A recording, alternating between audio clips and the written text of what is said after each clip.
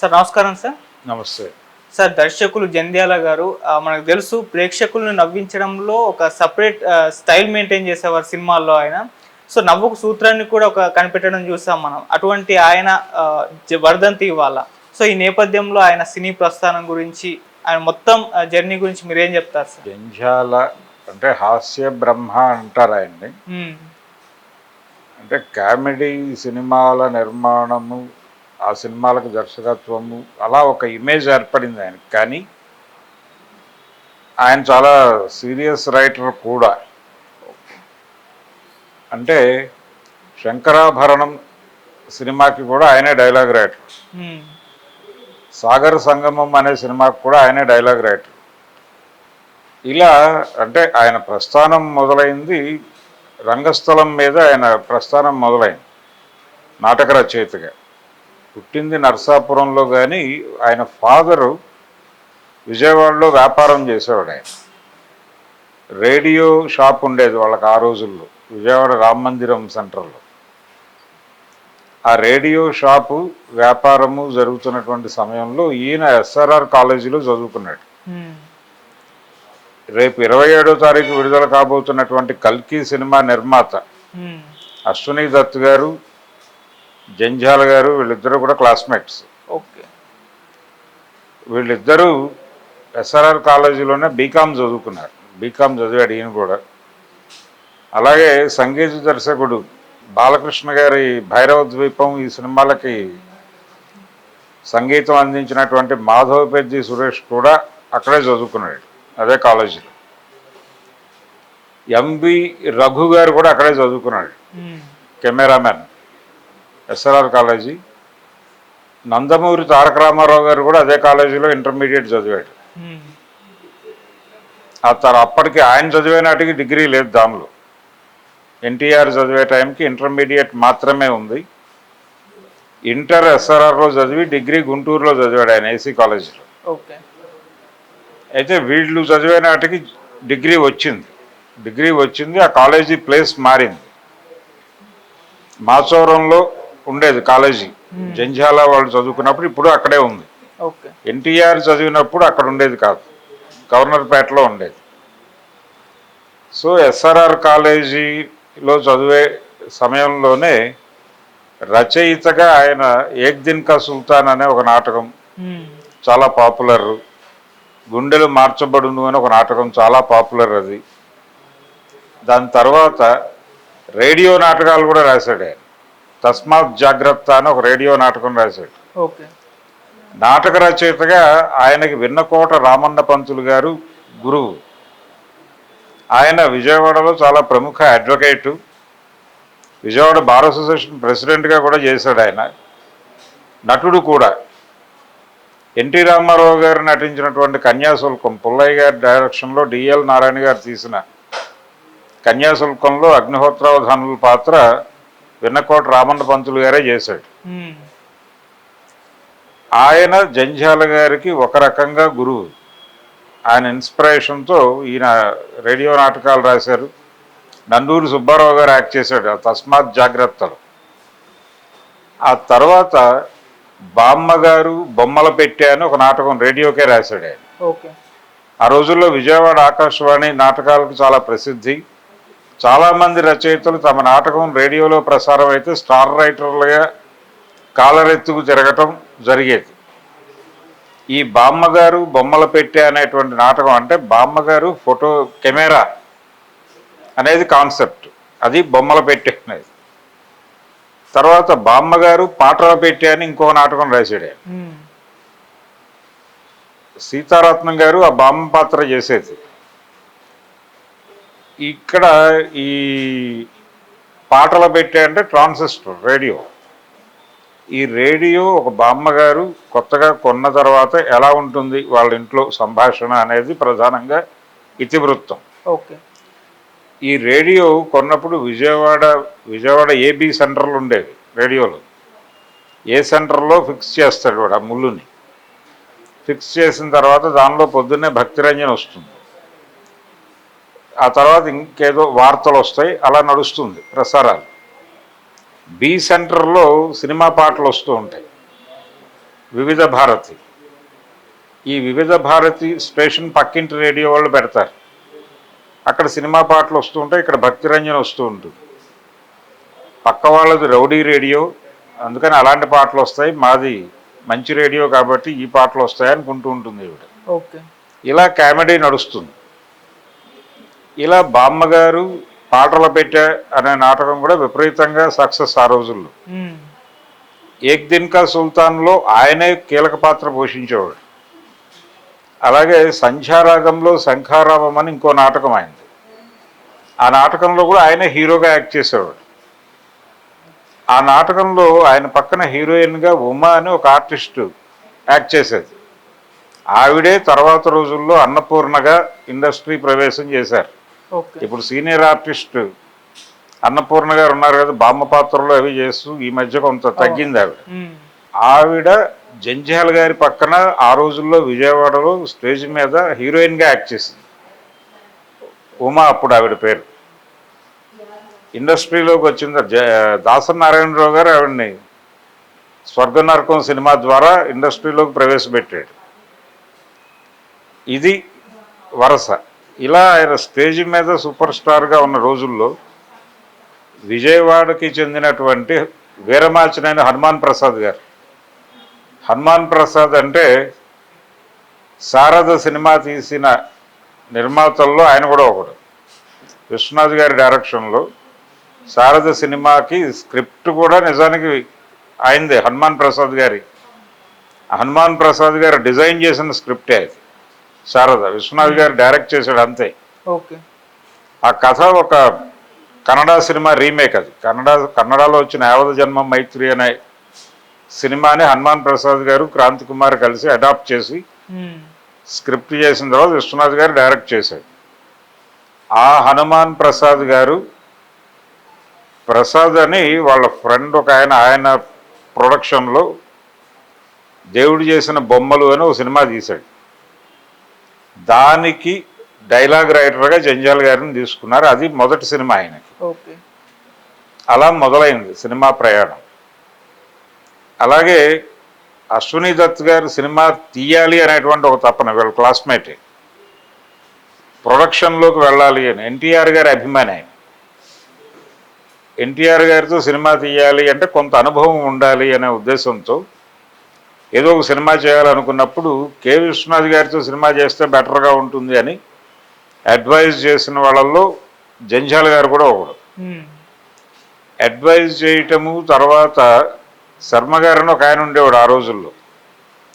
వీళ్ళందరూ కలిసి sovereign combines అనే బ్యానర్తో వాళ్ళు ఓ సీత కథ సినిమా తీశారు.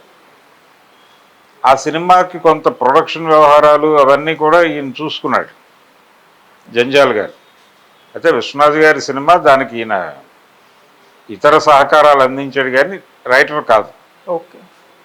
అప్పటి నుంచి దాదాపు జంజాల్ గారు కన్నుమూసే వరకు వైజయంతి మూవీస్ బ్యానర్లో ఏ సినిమా వచ్చినా దాని స్క్రిప్ట్ వెనకాల, అంటే కథ ఎవరిదైనా కానీ జంజాల్ గారు విని జడ్జిమెంట్ ఇచ్చిన తర్వాత ఆ సినిమా పట్టాలెక్కేది. అలాంటి రిలేషన్ ఉంది వాళ్ళ మధ్య, అశ్విని దత్కి జంజాల్కి. ఆయన తీసినటువంటి చాలా సినిమాలకు ఆయన డైలాగులు రాశాడు, ఇంక్లూడింగ్ రామ్ గోపాల్ వర్మ తీసినటువంటి గోవిందా గోవిందా సినిమాకు కూడా ఆయన డైలాగులు రాశాడు. ఆఖరి పోరాటం అనే సినిమాకు కూడా ఆయన డైలాగ్ రైటరు.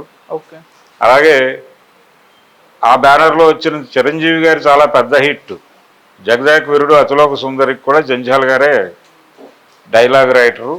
డైలాగ్ రైటర్ మాత్రమే కాదు, ఆ సినిమాకి ఎండమూరి వీళ్ళందరూ, ఎండమూరి ప్రధానంగా కథ అందించినప్పటికీ అందులో ఒక కామెడీ ట్రాక్ ఉంటుంది, అదంతా టోటల్గా జంజాల్ గారు క్రియేట్ చేసింది. ఆ పోలీస్ ఆఫీసర్ క్యారెక్టర్ అది సంగీతం శ్రీనివాసరావు గారి సినిమాల్లో చేసే ఒక ఆర్టిస్ట్ని పట్టుకొచ్చి చేయించారు. ఆ ఛాయల్లో నడవాలి అనే ఉద్దేశంతో చేయించారు. అలా జంజాల అశ్విని దత్తు ప్రయాణం మొదలైన తర్వాత ఈయన ఎలా అంటే ఒక బ్రేక్ కోసం వెయిట్ చేస్తున్నటువంటి సమయంలో సత్యచిత్ర బ్యానర్లో రాఘవేంద్రరావు గారి డైరెక్షన్లో ఎన్టీఆర్తో సినిమా అని ఒక ప్రయత్నం మొదలైంది. అది రాజ్ కుమార్, విష్ణువర్ధన్ యాక్ట్ చేసినటువంటి ఒక కన్నడ సినిమాని అడాప్ట్ చేశారు.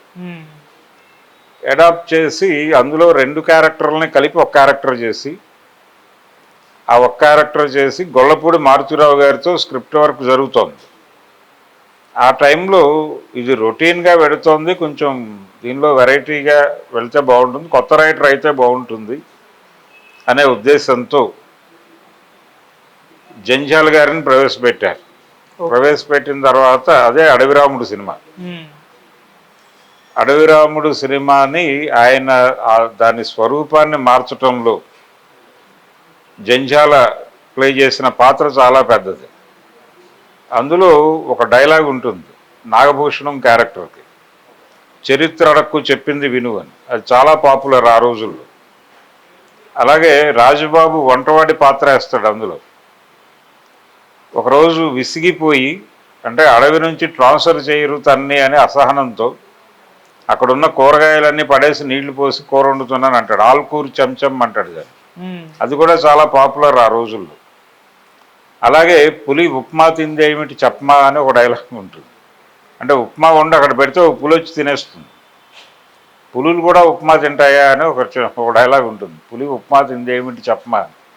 అది కూడా విపరీతమైన పాపులర్. దాన్ని రకరకాల సెటైర్స్లో వాడారు చాలామంది. ఇలా డైలాగ్ రైటర్గా ఆయనకి విపరీతమైన పాపులారిటీ తీసుకొచ్చిన సినిమా అడవిరాముడు. అడవిరాముడు తర్వాత ఇంకా ఆయన వెనక్కి తిరిగి చూడలేదు. నిజానికి గొల్లపూడి గారు చేయాల్సిన సినిమా అది జంధ్యాల గారి అకౌంట్లోకి వచ్చింది. ఇక ఆయన అక్కడి నుంచి స్టార్ రైటర్ అయిపోయాడు. వేటగాడు సినిమాకి కూడా ఆయనే డైలాగ్ రైటర్. ఓకే. వేటగాడులో అంటే క్యారెక్టర్స్ పేర్ల దగ్గర నుంచి చాలా టిపికల్గా నడిచేది. అందులో ప్రాస డైలాగులతో ఆయన రావుగోపాలరావు క్యారెక్టర్ని, ఆ క్యారెక్టర్లో ఒక అంటే ప్రతి క్యారెక్టర్కి ఒక విచిత్రమైనటువంటి మేనరిజం ఉంటుంది జంధ్యాల డిజైనింగ్లోనే. రావుగోపాలరావు క్యారెక్టర్కి ప్రాసతో మాట్లాడటం అనేది ఒక మేనరిజం. అలాగే సత్యనారాయణ క్యారెక్టరు టోటల్గా ఒకే కలర్ కాస్ట్యూమ్ వేస్తాడు. హ్యాట్ నుంచి బూట్ వరకు ఒకే కలర్ వాడతాడు. ఒక చోట ఒక ఒక ఫంక్షన్కి వెళ్ళి ఒక క్లబ్లోకి వెళ్ళి బయటకు వచ్చేటప్పుడు వేరే కలర్తో బయటకు వస్తాడు షూస్. అక్కడి నుంచి వాడు ఏదో క్రైమ్ చేస్తున్నాడని ఒక లింక్ ఇస్తాడు డైరెక్టర్. అట్లా ఒక టిపికల్ మేనరిజమ్స్తో నడిచేవి ఆయన స్క్రిప్ట్లన్నీ. వేటగాడు సినిమాకి కథ ఆయనే, స్క్రిప్ట్ ఆయనదే, జంధ్యాలదే. కథ డైలాగులు ఆయనదే, స్క్రీన్ ప్లే డైరెక్షన్ రాఘవేంద్రరావు. ఆ కథను ఎక్కడి నుంచి తీసుకున్నాడు ఆయన? శ్రీకృష్ణుడు శమంతకమణి కథ తెలుసు కదా, వినాయక చవితి దీనిలో వస్తుంది, వినాయక చవితి వ్రతకల్పంలో వస్తుంది. అది అంటే శమంతకమణిని అంటే ఎత్తుకెళ్ళిపోతాడు ఎవరు, అది జాంబవంతుడి దగ్గరికి చేరుతుంది ఆ మణి. జాంబవంతుడితో దెబ్బలాడ మణిని తీసుకొని శ్రీకృష్ణుడు ఎత్తుకెళ్ళిపోయాడు దాన్ని అని ఒక అపవాదు పడుతుంది. శ్రీకృష్ణుడు వెళ్ళి ఆ మణి కోసం వెతుకుతూ జాంబవంతుడి దగ్గర ఉందని తెలిసి అక్కడికి వెళ్ళి యుద్ధం చేసి ఆ మణిని తీసుకొస్తాడు. ఈ లైన్ని బేస్ చేసుకుని దాని మీద సోషల్ డ్రామా నడిపాడు వేటగాడు సినిమా. అది ఎన్టీఆర్కి చెప్పినప్పుడు ఆయన చెప్పాడు, ఇది అక్కడి నుంచి ఆ పురాణం నుంచి తీసుకొచ్చారు కదా. అవునని చెప్పాడు ఈయన. అలా అందులో టిపికల్ డైలాగ్స్, జంధ్యాల గారి డైలాగులు విపరీతంగా పేలినాయి. అందులో ఒకటి east Stuartpuram station mastery, first son వెస్ట్కి వెళ్ళి తనకు ఇష్టమైన అతి కష్టమైన బారిస్టర్ టెస్ట్లో అతి బెస్ట్గా పాస్ అయి వచ్చాను ప్రాస డైలాగ్ ఉంటుంది రావుగోపాలరావు. అది విపరీతమైన హిట్టు, రికార్డులుగా బయటకు వచ్చింది ఆ తర్వాత. అలా జంధ్యాల గారు రాఘవేంద్రరావు కాంబినేషన్లో చాలా పెద్ద పెద్ద హిట్స్ వచ్చినాయి. ఒక విచిత్రమైన విషయం ఏంటంటే జంధ్యాల గారు రాఘవేంద్రరావు గారికి రాసేవాడు, విశ్వనాథ్ గారికి రాసేవాడు. ఓకే. విశ్వనాథ్ గారికి ఆయన పనిచేసినటువంటి మొదటి సినిమా సిరిసిరిమవ్వ. నిజానికి సిరిసిరిమవ్వ సినిమాకి మాటలు అని ఇద్దరి పేర్లు పడుతుంది, జంఝాల, వేటూరి. వేటూరి గారు డైలాగుల్లో వేలు పెట్టారనే విషయం చాలామందికి తెలియదు. కానీ జంఝాల, వేటూరి కలిసి సిరిసిరిమవ్వ సినిమాకి డైలాగులు రాశారు, విశ్వనాథ్ గారి సిరిసిరిమవ్వకి. అక్కడి నుంచి జంఝాల తీసిన అన్ని సినిమాలకి వేటూరి గారు పాటలు రాశారు. వాళ్ళిద్దరి మధ్య ఒక అద్భుతమైన స్నేహం ఉండేది. అలాగే వేటూరి సుందరరామూర్తి గారితో ఒక క్యారెక్టర్ చేయించాడు జంఝాల గారు. మల్లెపందిరి అనే సినిమాలో ప్రేమ గురువు క్యారెక్టరు వేటూరి సుందరరామూర్తి గారితో చేయించుకున్నాడు ఆయన. అలాగే జంఝాల గారితో ఒక క్యారెక్టర్ని ఆపద్బాంధవుడు సినిమాలో విశ్వనాథ్ గారు చేయించారు. అంటే ఈయనే అడిగాడు ఆ క్యారెక్టర్ నేనే చేస్తాను అని, చేయించారు. అది రిలీజ్ అయిన కొద్ది రోజులకే ఆయన కన్నుమూయటం అనేది ఒక విషాదం. ఇలా నడుస్తున్నటువంటి ప్రయాణంలో రైటర్గా ఆయన స్టార్ స్టేటస్, అంటే సినిమా పెద్ద హీరోలతో సినిమా అంటే జంఝాల గారు డైలాగ్ రైటర్గా ఉండాలి, ఆయనే కథ రాయాలి అనే పరిస్థితికి వెళ్ళిపోయింది. ఏది ఈ అడవి రాముడు, వేటగాడు ఇవన్నీ 175 days సినిమాలు. వీటితో పాటు శంకరాభరణం లాంటి విజయాలు. ఇది నడుస్తున్నటువంటి క్రమం. అలాగే కాట్రగడ్డ మురారి గారి, అలాగే ఆయన విశ్వనాథ్ గారితో తీసినటువంటి సీతామహాలక్ష్మి, ఆ సినిమాలో జంఝాల్ గారు రాసిన డైలాగులకు కూడా విపరీతంగా పేరు వచ్చింది. ఆయన తీసినటువంటి రెండో సినిమా గోరింటాక్కి నిజానికి మొదట జంఝాల గారితోనే డైలాగులు రాయించాలనుకున్నాడు. దాసనారాయణరావు గారు డైరెక్టర్ ఆ సినిమాకి. ఓకే. మొదట అనుకున్న డైరెక్టరు ఆయన కాదు, సేతుమాధవన్తో తీయించాలనుకున్నారు ఆ సినిమా. సేతుమాధవన్తో డిస్కషన్ స్టేజ్లోనే ఆయన తప్పుకున్నాడు. తప్పుకున్న తర్వాత సేతుమాధవన్ అంటే Julie, Hindi cinema Julie director ఆయన. ఆయనతో చేయాలనుకున్నారు. ఆయన తప్పుకున్న తర్వాత దాసరి గారు వచ్చారు. దాసరి డైరెక్షన్లో జంఝాల డైలాగులతో సినిమా తీయాలని కాట్రగడ్డ మురారి గారు అనుకున్నారు. దాసరి గారే రైటర్, ఆయన డైలాగ్ రైటర్గా ప్రవేశించి డైరెక్టర్ అయ్యాడు. తన సినిమాలకు తనే మాటలు రాసుకునేవాడు ఆయన. కేవలం స్క్రీన్ ప్లే డైరెక్షన్ దాసనారాయణరావు అని పడింది ఒకే ఒక్క సినిమాకి ఆయన డైరెక్ట్ చేసిన సినిమాల్లో. అది చిల్లరకొట్టు చిట్టమ్మ. ఆ సినిమాకి కథ దాసం గోపాలకృష్ణ గారిది అవడంతో డైలాగులు కూడా అవే వాడారు. దాంతో అదంతా ఆ క్రెడిట్ మొత్తం ఆయనకే ఇచ్చాడు. పాటలు కూడా దాసం గారివే, దాసం గోపాలకృష్ణ గారిదే. అందుకని దాసరి గారి కథ, మాటలు, పాటలు, స్క్రీన్ ప్లే, దర్శకత్వం అని పెద్ద జాబితా ఉంది. దాని కింద దాసరి నారాయణరావు అని టైటిల్, అది ఒక స్పెషల్ ఆయనకి. అన్ని శాఖలు చేయకుండా ఆయన రెండే శాఖలు, అంటే స్క్రీన్ ప్లే డైరెక్షన్ మాత్రమే చేసింది చిల్లరకొట్టు చిట్టమ్మ. గోరింటాక్ కూడా అలా జంఝాలతో రాయించాలనుకున్నాడు ఆయన. కానీ జంఝాల గారు ఆయనతో ట్రావెల్ అవుతూ ఇది నడవదు, దాసరికే వదిలిపెట్టేయడం బెటరు అని ఆయన స్వచ్ఛందంగా తప్పుకున్నాడు ఆ సీన్లోంచి. ఇలా దాసరి గారితో పనిచేసేటువంటి ఒక అవకాశాన్ని తనే వదిలేసుకున్నాడు ఆయన. అక్కడి నుంచి ఆయన స్టార్ రైటర్గా ఒక వెలుగుతున్న దశలోనే డైరెక్షన్లోకి వెళ్ళాలి అనుకున్నాడు. అప్పటి వరకు తెలుగు సినిమా రంగంలో ఒక ఇది ఉండేది, ఒక ట్రెడిషన్. ఓకే. రైటర్లు డైరెక్ట్ చేసిన సినిమాలు ఏవి పెద్దగా ఆడవు అని ఒక ఇమేజ్ సెట్ అయిపోయి ఉన్నటువంటి పరిస్థితి, ఒక నమ్మకం స్థిరపడిపోయినటువంటి పరిస్థితి. ఆత్రేయ గారు వాగ్దానం సినిమా డైరెక్ట్ చేశాడు, అది ఫ్లాప్. ఇలా ఇంకొక 2-3 రైటర్లు. దాశరథి గారు ప్రయత్నం చేయలేదు, కానీ సముద్రాల రాఘవాచార్యులు గారు డైరెక్ట్ చేసిన సినిమా కూడా పెద్దగా ఆడలేదు. అందుకని రైటర్లు, డైరెక్టర్లు అయితే ఆ సినిమాలు ఆడవు అనేటువంటి ఒక నమ్మకం నడుస్తున్నటువంటి దశలో ఈయన, అంటే దాసరి గారు కొంచెం ఆయన వేరే. ఆయన మొదటి నుంచి అంటే డైలాగ్ రైటర్గా ఉంటూ అసిస్టెంట్ డైరెక్టర్గా కూడా పనిచేశాడు.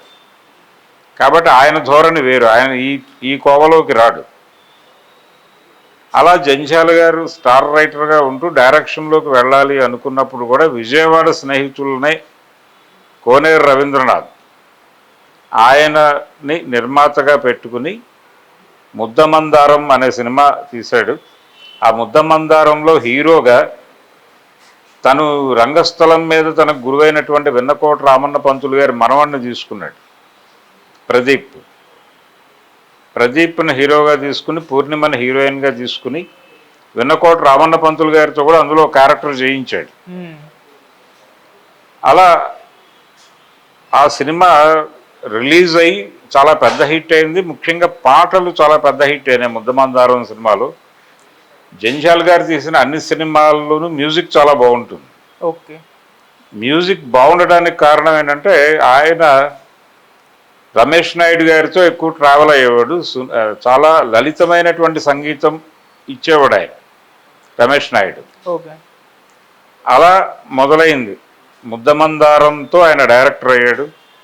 ఆ తర్వాత నవతా కృష్ణరాజు గారి బ్యానర్లో 4 స్తంభాల ఆట చాలా పెద్ద హిట్ అది. ఆయన తీసిన రెండో సినిమా ఆడలేదు, మల్లెపందిరి. ఆ సినిమాకి మొదట అనుకున్న టైటిల్ ఏంటంటే వాళ్ళు మొగాడ చస్తే మొగుడు కాకు అని టైటిల్ పెట్టాడు ఆయన.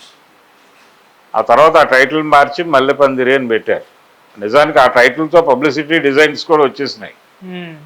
ఆ తర్వాత టైటిల్ మార్చి మల్లెపందిరి అని మార్చి రిలీజ్ చేశారు. అది విజయవాడ దుర్గా కళామందిరంలో రిలీజ్ అయింది. ఆ సినిమా మార్నింగ్ షో రోజు ఆయన్ని ప్రత్యక్షంగా కలిశాను నేను జంధ్యాల. ఓకే. అలా ఆయన ఆ రెండో సినిమా ఫెయిల్యూరు, ఆ సినిమాతోనే సుత్తివేలు తెర మీద కనిపించాడు. నిజానికి ముద్దమందారంలో కూడా కనిపిస్తాడు ఆయన హోటల్ మేనేజర్గా.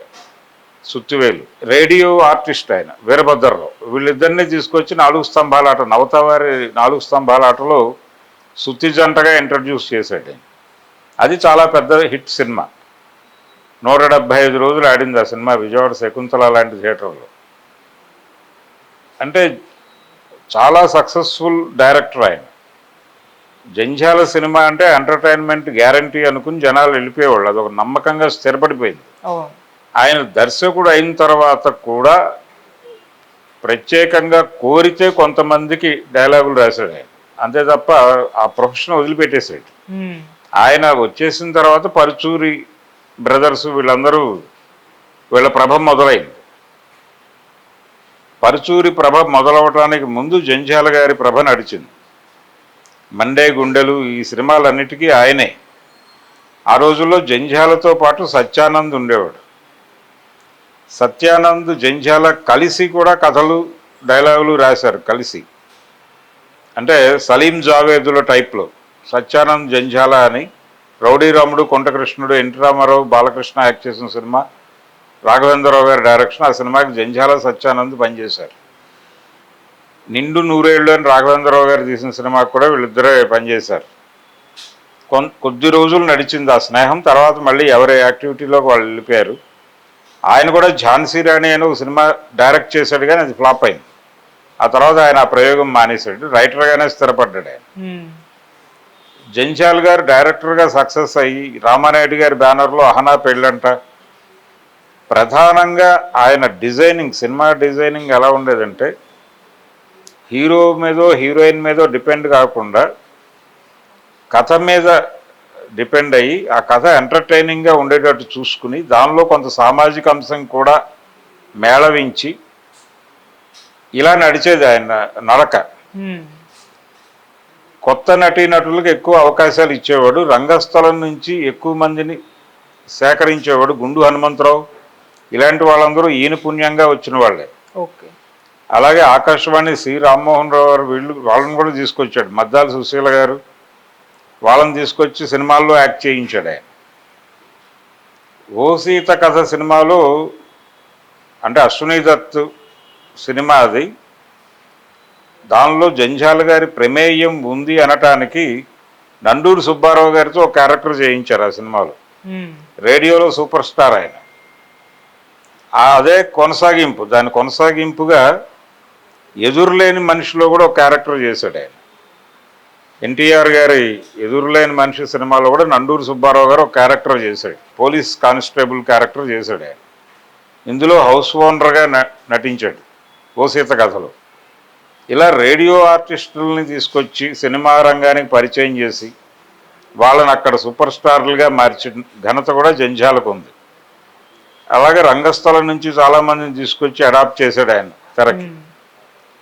ఆయన పరిచయం చేసి అని చెప్పలేం, కానీ ఆయనకు పరిచయం అయ్యి చిరంజీవి గారి ద్వారా సినిమాల్లోకి ప్రవేశించి పసివాడి ప్రాణం సినిమాలో మొదటిసారి కనిపించిన బ్రహ్మానందానికి గుర్తుండిపోయే క్యారెక్టర్లు ఇచ్చింది మాత్రం జంధ్యాల గారే. అహనా పెళ్ళంట సినిమాలో అరగుండు బ్రహ్మానందంగా ఆయన పాపులర్, కోట శ్రీనివాసరావు గారి దగ్గర పనిచేసేటువంటి ఒక పనివాడిగా అక్కడి నుంచి బ్రహ్మానందం జనాలకి కనెక్ట్ అయ్యాడు. ఆయన ప్రభ మొదలైంది. అలాగే హీరోయిన్స్ కొత్త వాళ్ళని తీసుకున్నా కానీ మొత్తం సపోర్టింగ్ ఆర్టిస్టులను పెద్ద ఒక మిలిటరీ ఆర్గనైజ్ చేసినట్టు ఆర్గనైజ్ చేసేవాడు ఆయన. ఎప్పుడూ హీరో మీద డిపెండ్ అవ్వటం అనేది ఆయన జీవితంలో లేదు. ఒకే ఒక్కసారి ఆయన అమరజీవి అని ఒక సినిమా తీశాడు అక్కినేని నాగేశ్వరరావు గారితో. ఆ సినిమా పెద్దగా ఆడలేదు, కానీ అంటే జంధ్యాల తరహా సినిమా కాదు అది, కథ బీసెట్టి లక్ష్మణరావు గారిది. జంధ్యాల తరహా సినిమా కాదు అది, కానీ ఆ సినిమా చేశాడు ఆయన, ఆడలేదు. జంధ్యాల ఇమేజ్తో వెళ్ళారు జనాలందరూ, వెళ్ళి డిసప్పాయింట్ అయ్యారు. అదే అక్కినేని నాగేశ్వరరావు గారి తరహాలో ఉండే కథ కొంచెం ఎంటర్టైనింగ్గా ఉంటుందేమో అనేది ఒక అంచనా. రెండోది ప్రేమించి చూడు తరహా కామెడీ ఉంటుంది అని కొంతమంది ఊహించారు, కానీ అది లేదు. దాంతో ఆ సినిమా పెద్దగా ఆడలేదు. ఆ తర్వాత ఆయన చేసినటువంటి star hero Chiranjeevi, Chantabbai cinema వాళ్ళ కాంబినేషన్లో వచ్చింది. అమరజీవి అనుభవంతో ఈ సినిమా ప్రారంభంలోనే భీమవరం బుచ్చిరెడ్డి గారు ప్రొడ్యూసర్ ఆ సినిమాకి. ఓకే. ఆ టైంలో చెప్పారు, అంటే మీ తరహా సినిమాయే కావాలి మాకు అని అన్నప్పుడు మల్లాది వెంకటకృష్ణమూర్తి గారి చంటబ్బాయి నవలు తీసుకుని సినిమా తీశారు. ఆ సినిమా నిజానికి ఫస్ట్ రిలీజ్లో పెద్దగా సూపర్ హిట్ కాకపోయినప్పటికీ విపరీతంగా పేరు వచ్చింది. ఆ సినిమాకి పేరు వచ్చింది. చిరంజీవి కామెడీ టైమింగ్ చాలా అద్భుతం అనేటువంటి ఒక కితాబ్ ఆయనకి దక్కింది. కామెడీ అరదరగొట్టేస్తాడు చిరంజీవి అనేటువంటి ఇమేజ్ వచ్చింది తనకి. జంధ్యాల గారికి మంచి పేరు వచ్చింది. ఆ సినిమాకి టోటల్గా అంటే రిపీట్ రన్స్లో డబ్బులు వచ్చాయి. ఆ సినిమాకి విపరీతంగా డబ్బులు వచ్చాయి. ఆ తర్వాత సోషల్ మీడియా ప్లాట్ఫామ్స్ మీద ఇంకా పెద్ద హిట్ అది. ఇప్పటికీ చంటబ్బాయి సినిమాలో సీన్స్ చాలా రిపీటెడ్గా చూస్తారు. శ్రీలక్ష్మి అనే ఆర్టిస్టుని పాపులర్ చేసింది కూడా జంధ్యాల గారే. ఆవిడ అమర్నాథ్ గారి కూతురు, పాత ఆర్టిస్టు, అంటే ఎన్టీ రామారావు గారి పిచ్చి పుల్లయ్యలో క్యారెక్టర్ చేశాడు ఆయన అమర్నాథ్.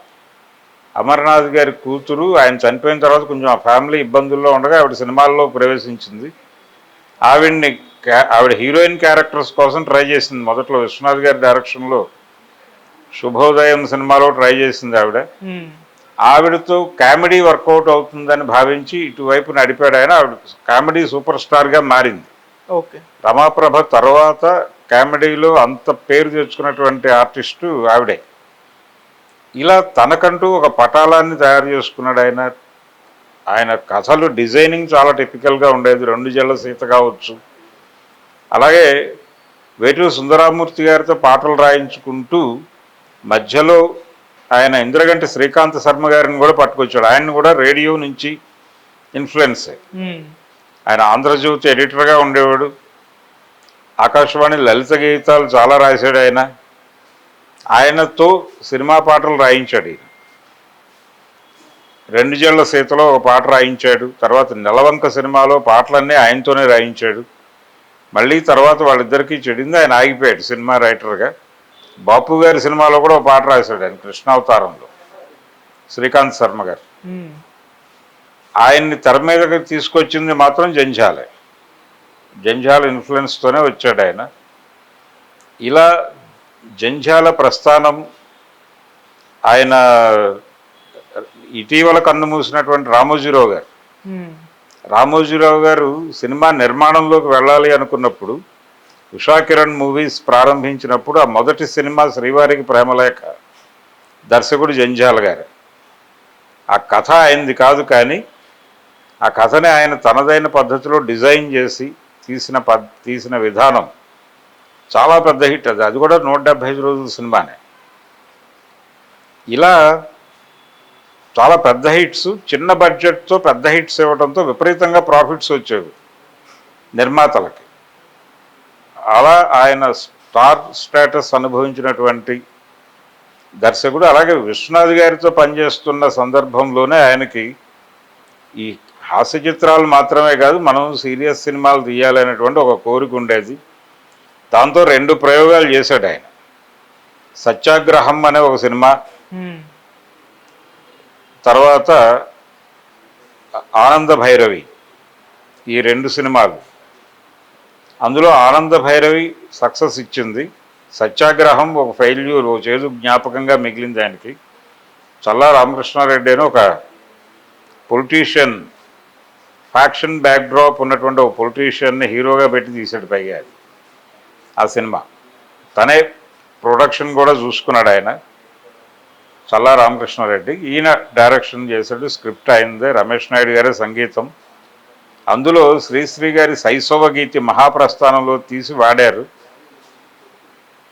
ఆనంద భైరవి సినిమా చాలా పేరు తీసుకొచ్చింది ఆయనకి. ఆ తర్వాత అన్నమయ్య అని ఒక ప్రాజెక్ట్ అనుకున్నాడు ఆయన, అన్నమయ్యని తెరకెక్కించాలి. ఆత్రేయ గారు అనుకుని ఆపేశాడు. ఆత్రేయ గారు అనుకుని ఆపేసినటువంటి అన్నమయ్య చరిత్రని తను తీయాలి అనుకున్నాడు. హరికీర్తనాచార్య అన్నమయ్య అని ఒక టైటిల్ అనుకుని ఆ సినిమా ప్రారంభించారు. శాండిల్య గారే ప్రొడ్యూసర్, ఆనంద భైరవి ప్రొడ్యూసరే, దానికి కూడా నిర్మాత. పాటలు రికార్డింగ్ అయిపోయింది రమేష్ నాయుడు గారి డైరెక్షన్లో. సినిమా ముందుకెళ్ళలేదు. తర్వాత రాఘవేంద్రరావు అలాగే నాగార్జున కాంబినేషన్లో అన్నమయ్య వచ్చేసింది. జంధ్యాల గారు అనుకుని ప్రారంభించి ఆగిపోయినటువంటి సినిమా అదొకటి. తర్వాత కృష్ణ గారితో ఎస్పి వెంకన్న బాబు నిర్మాతగా ఒక సినిమా అనుకున్నారు, అది ముందుకెళ్ళాలి. ఇలా ఆయన డైరెక్టర్గా చాలా పెద్ద విజయాలు, రైటర్గా చాలా పెద్ద విజయాలు. తెలుగువారు ఎప్పటికీ మర్చిపోలేనటువంటి ఒక డైరెక్టర్ జంధ్యాల. ఆయన వాయిస్ చాలా బాగుండేది. చాలా సినిమాల్లో ఆయన వాయిస్ని వాడారు. ఛాలెంజ్ సినిమా మొదట్లో ఒక స్లైడ్ వచ్చి వాయిస్ వినిపిస్తుంది, వాయిస్ ఓవర్ మీద ఒక స్లైడ్ వేస్తారు, అది ఆయనదే, ఆ వాయిస్ జంధ్యాల గారిది. ఇలాంటిది ఏదైనా వస్తే ఆయన వాయిస్ వాడేవారు. కొన్ని సినిమాల్లో డబ్బింగ్ కూడా చెప్పాడు ఆయన. గాంధీ సినిమా డబ్ చేసినప్పుడు నెహ్రూకి ఆయనే డబ్బింగ్ చెప్పాడు, జంధ్యాల గారే. ఆ తర్వాత మణిరత్నం తీసినటువంటి ఇద్దరు సినిమాలో ప్రకాష్ రాజ్ క్యారెక్టర్కి డబ్బింగ్ జంధ్యాల గారే చెప్పాడు.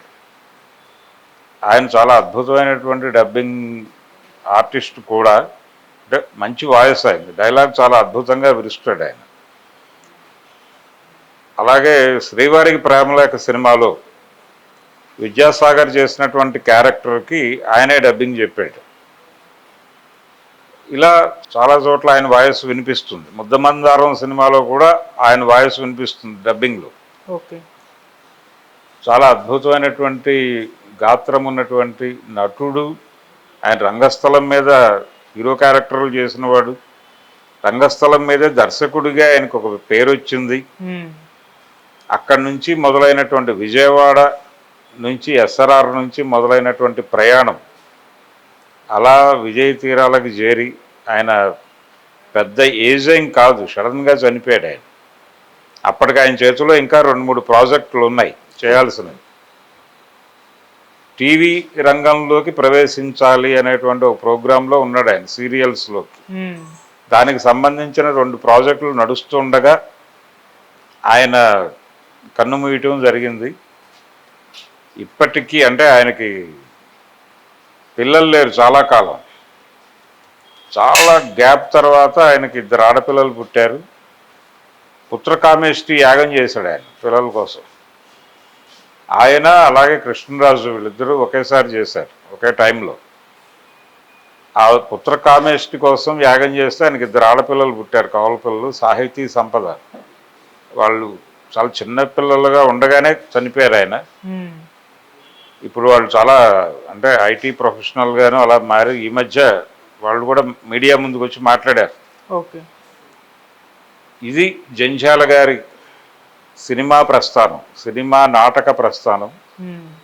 రైటర్గా ఆయన ఎప్పటికీ తెలుగు ప్రజలకు గుర్తుండిపోతాడు. రేడియో నాటక రచయితగాను, రంగస్థల నాటక రచయితగాను, సినిమా రచయితగాను, సినిమా కథకుడిగాను ఆయన వేసిన ముద్ర అసామాన్యం.